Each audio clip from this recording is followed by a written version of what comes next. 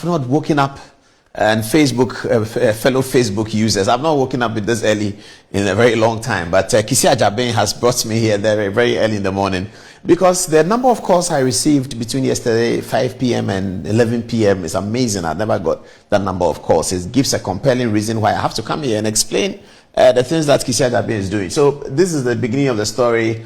The people saw this on social media. OSP invites Paul Adom-Otchere over GACL contract. He alleges witch hunt. That was an interview I granted Joy and City. And here is OSP orders former Ghana Airport Company Limited Board Chair Paul Adom-Otchere to present himself for questioning over corruption probe into a revenue assurance audit deal.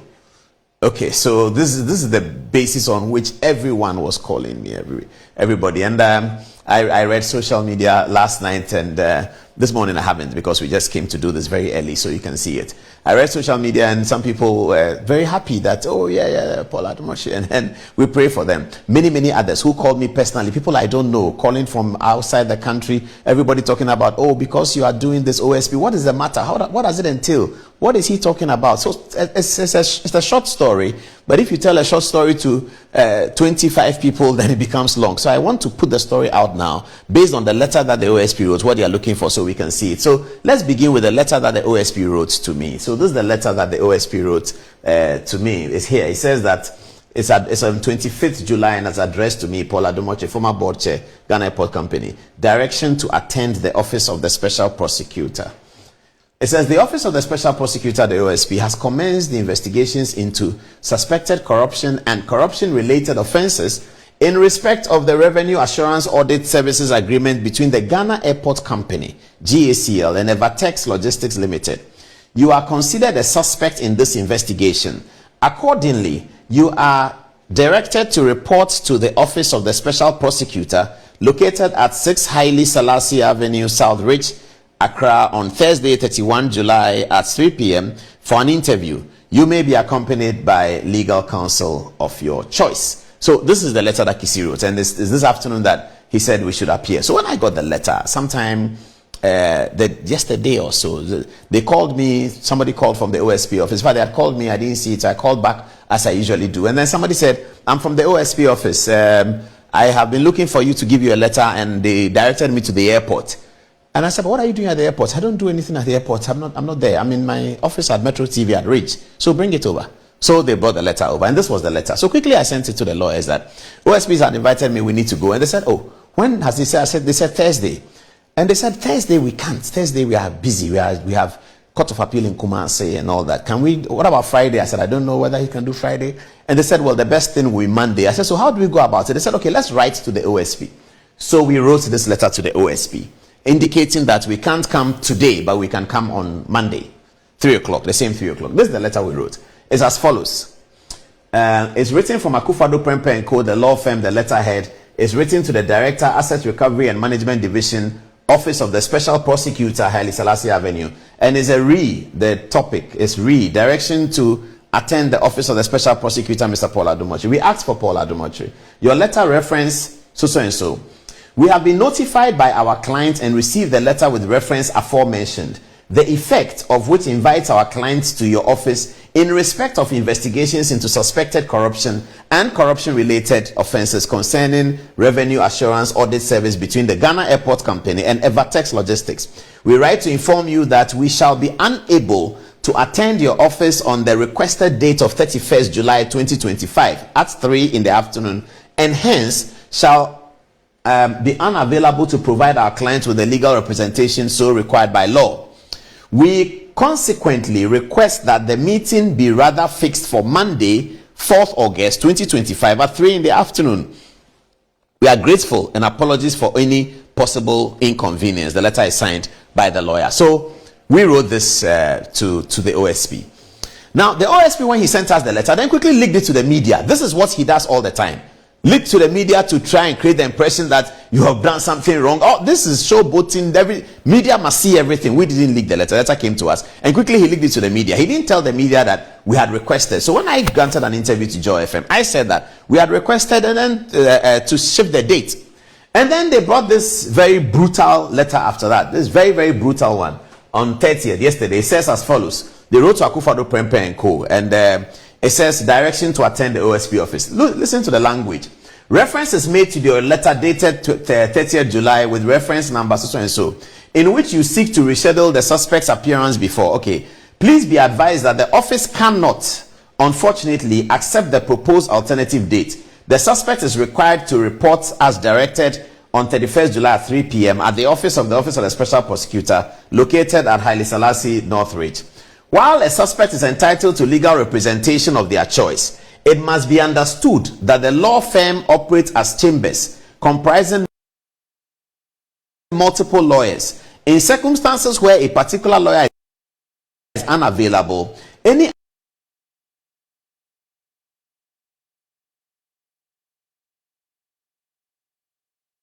may represent the suspect without prejudice to his right to counsel. The Office of the Special Prosecutor is discharging a statutory mandate under the Office of the Special Prosecutor Act, and does so with the expectation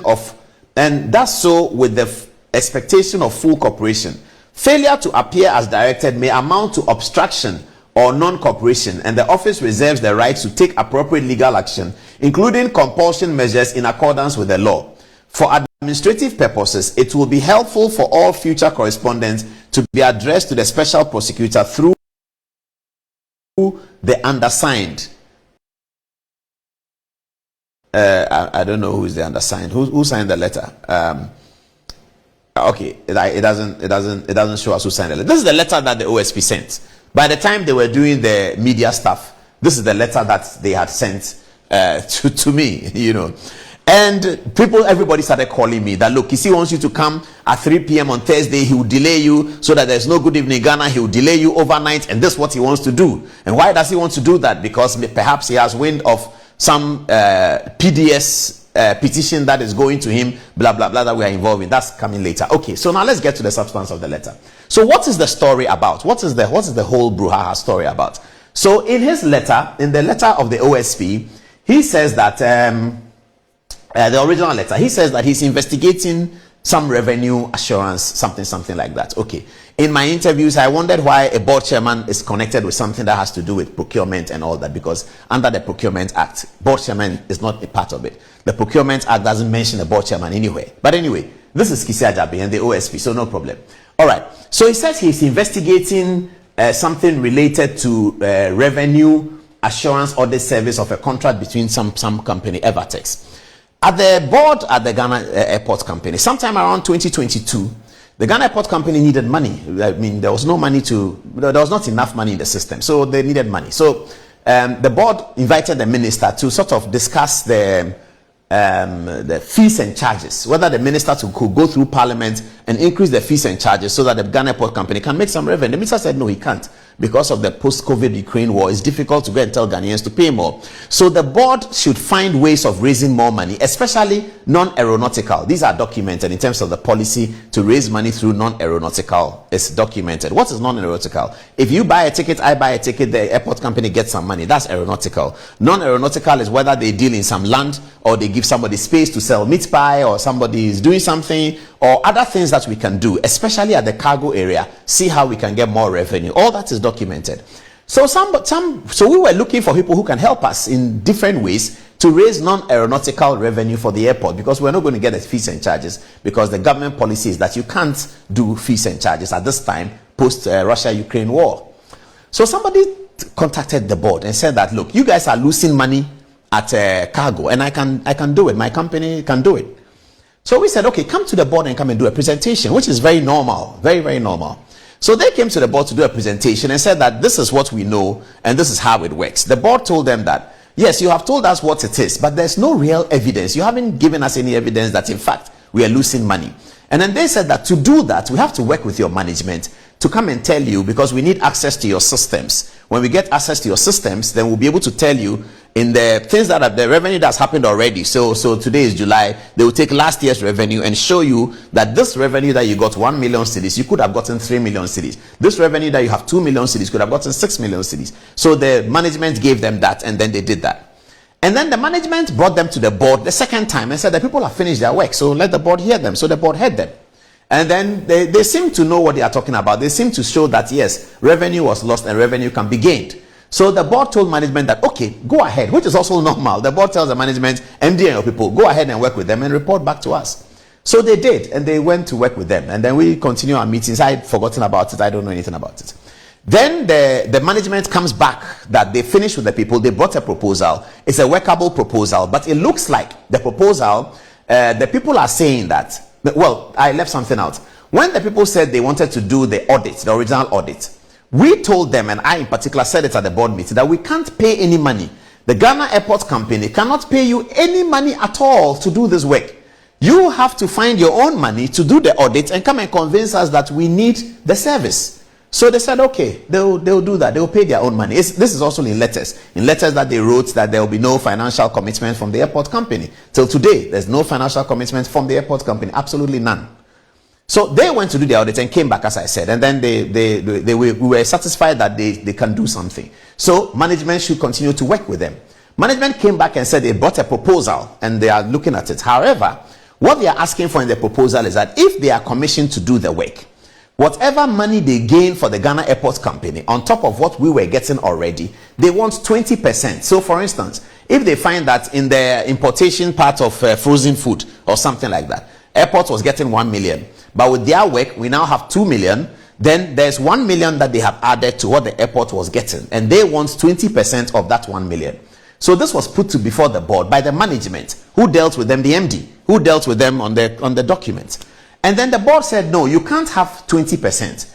MD, drop them to 16%. So it was agreed. And then MD was told that, okay, go ahead and do the things you have to do. Those are due diligence, public procurement, and then get the document done. This was around November. So this is the last thing I heard about that process. Then December came, and then election came. And then soon after election, we were out. By January, we had resigned. All of us had resigned. I didn't know they had signed the contract. Some 10 days ago, Manasseh Azuri called me that he's investigating this matter, and that is so. When the OSP came, then all the lawyers were wondering, why are they working together? Manasseh Azuri is one of the people you've been talking about. Kisi Ajabe is one of the people you've been talking about. They seem to be working together for this, but I don't know, and it doesn't matter. Manasseh Azuri called me and said that what's the Evertex contract? I said, what is that? He said, Evertex, the people doing quality assurance. I said, the people who do the thing SML does. He said, yes. Then I said, I don't know about it. I don't know where it's gone to. Then it was Manasseh Azuri who told me that the contract had been signed by the managing director on 4th of December, 4 days or 3 days to election. And I said, well, okay, I don't know. I didn't know. This conversation is about 2 weeks ago. I didn't know whether the contract has been signed. I didn't find out whether the contract has been signed because it's not necessary. The board has finished its work. Whatever management does, if the management need the board again, they'll come back to the board. If there's a new board, management will come back to the new board and say, the old board did this. This is a problem we have, so resolve it. When the management is doing contracts, they are doing their PPA contracts under the law. They don't come to the board. They only come to the board when the threshold is beyond. So there are many contracts that the management does that the board doesn't know, they are not aware of. We don't have to be aware of it because the management is doing their work. But when they cross a threshold where the MD doesn't have capacity to approve this, then it comes to the board. So the board is merely there for approvals and also to initiate things that concern policy. So this is I didn't know that the contract had been signed. It was Manasseh Azuri who told me that the contract has been signed. Okay, so the contract was signed, and now the Kisi Ajabe and the OSP are calling people at the airport company. We've heard all kinds of things, telling them that, did board chairman tell you to do this? Are you sure it's not board chairman who told you to do this? Very bizarre interviews that they've had over this matter. Everybody goes and they tell them, did you know the board chairman? Did the board chairman tell you to do that? And they come out telling their lawyers that, we don't understand. Why are they talking about board chairman? They've had conversations with the managing director. They've had conversations with most of the managers. They've seen the board minutes. Manasseh Azuri has seen the board minutes. Letters that have been written about this issue from the company to the management. It is Manasseh Azuri who tells me And he sends me texts all the time. Those of you who saw me on YouTube, you heard me say that I've even sent him texts. Manasseh has sent me several questions. I've answered some. I'm still in the process of answering some. But now that the OSP seems to be looking at the same thing, then I'm assuming that perhaps they are working together, which is fine. There's no problem. They need to investigate. But public procurement matters have nothing to do with the board chairman. And I don't have any interest in any of the companies who came there. I don't know who they are. I don't know who is their friend, where they came from. But anyway, the OSP insists that we have to come there today at 3 o'clock. Every lawyer is telling me, look, they want you to come at 3 o'clock and then they will detain you. They may arrest you. They will say, go and bring this. They will say bail. And one lawyer told me that how much is the money involved in that? I said, there's no money involved. There's absolutely no money involved in it. There's no money at all involved. Airport has not paid a single money to anyone. Airport has not lost a single money. And the contract has been signed by the managing director. I asked Manasseh Azuri that when you saw the contract, did you see my signature? Did I witness? He said, no. I said, but if the managing director has signed the contract, the managing director has signed so many contracts with so many people that the board will not know about because it is within her threshold and that of management to do. So that's why I told City FM and Joy, this is a pure witch hunt from Kisi Ajabe. But anyway, all I wanted viewers to know is that this is the story.